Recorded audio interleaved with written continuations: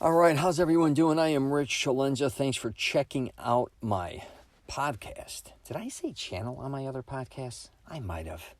I'm so programmed with these YouTube channels or my YouTube videos. But anyways, thanks for checking out my podcast, The Rich CELENZA Show, Mastering Self-Confidence. And what I want to get into today is something I was talking to my friend, my co-host, sometimes on the podcast. It was regarding being a mark. And I kind of brought this up, and I think he was kind of like taken back, like, oh my God, you come up with some crazy shit. But I told him about everybody being a mark. And I'm somebody who likes to buy, but hates to be sold. I realized I'm not a salesman because I'm not a closer. I'm a pretty good opener. But I look at everything in life as a mark sometimes. And I'm going to tell you where I got this, which kind of really blew his mind, I think. And I said this when it came to hanging out in strip clubs or going to gentlemen's clubs at a very young age. And I took it to the next level. So what I realized hanging out with those girls, or knowing, if you know anything about me, I used to collect money for many, many years, mainly in Central Florida, Orlando area. And a lot of them were bars, nightclubs, gentlemen's clubs, restaurants, many different, gaming, mainly jukeboxes, billiard tables, darts, things in that nature, 3D golfs, whatever was hot gaming-wise. And I realized hanging out with these girls is when you go to a strip club or whatever, you're a mark, right? You're a mark for the manager there, you're a mark there for the waitress, you're a mark, especially for the stripper. And basically their job is to get as much money out of you as possible, okay? That's their job. And a lot of men go there, they get misled, they either charge too much on their card, they pay too much cash, whatever. They don't realize they're a mark. And I think in life, what you don't realize a lot of times is you're always a mark. The same way they look at you, a man walking in a gentleman's club, for instance, is the same way a lot of people are looking at you, not in the same way of sexually wise or any of the using sex or provocative behavior to get money out of you, just getting as much money out of you as possible. This goes for everywhere you go. And I don't think a lot of people realize this. I don't care if you're walking in a restaurant, okay, and you sit down, usually, not always, but for the most part, a waitress wants to ring up as much as she can to get a bigger tip, which is understandable. They want to also give you an experience. That's why you're there, right? Wonderful. If you go to do anything online, the websites are geared for you, if it's something regarding purchasing something, I'm not going to start listing them all, is for you to spend as much money as possible. Okay? Again, you're a mark. I don't care if you go to your mechanic, and he may be a great guy. He has to make money, and this isn't to dig on them. He may give you a great deal, but again, you're a mark. You need his services, right? You need his services, and he needs yours, right? Just in life. The more you realize and can just step back and say, listen, I'm not going to be fucking taken advantage of anymore. I get that I'm a mark, right? And you may be in a business, I should actually say, where you're in sales, and this isn't a dig on sales. This isn't a dig, because without sales, there's nothing. I don't want it to look that way. But people do have to have the confidence to understand, to say no. To say, let's just put it this way. If you go to a car dealership, I just recently did this, and I have a good friend that works at a car dealership, and we cut the deal even before I went in there. I refuse to go in car dealerships. That's how aggravated I get, because I know their behavior towards me being a mark. And that's not to be a horror, not saying every car dealership is like that or every car salesman. That's most of the experiences I had. So I'm going to say yes. You're a mark. They're targeting you, and they want to get as much money or get you in a position where they're going to try to get as much money out of you selling the car, the financing, all that.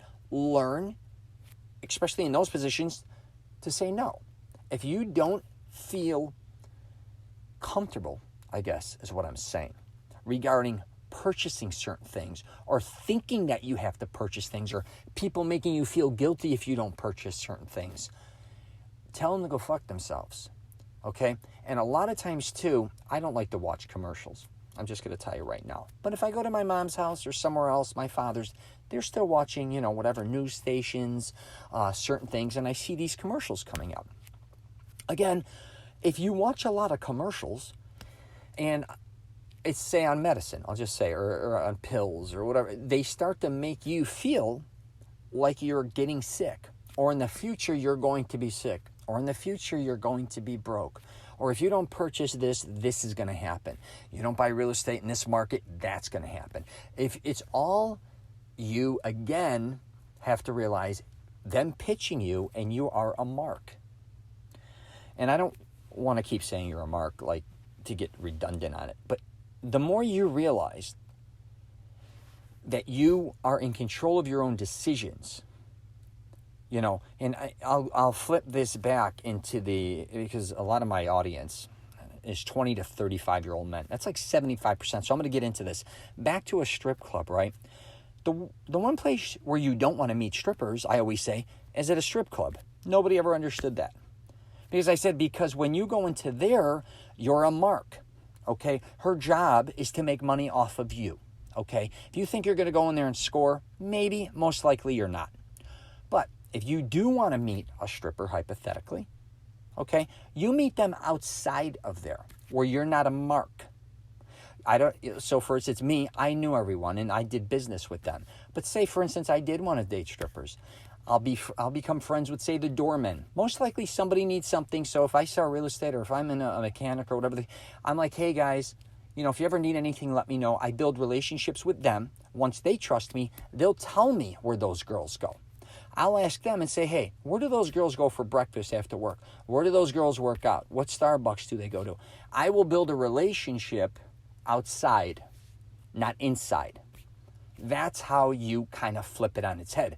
Now, back to you being a mark in life, when people are coming at you all the time, again, building relationships with people that are more genuine is going to give you a break from being just a mark.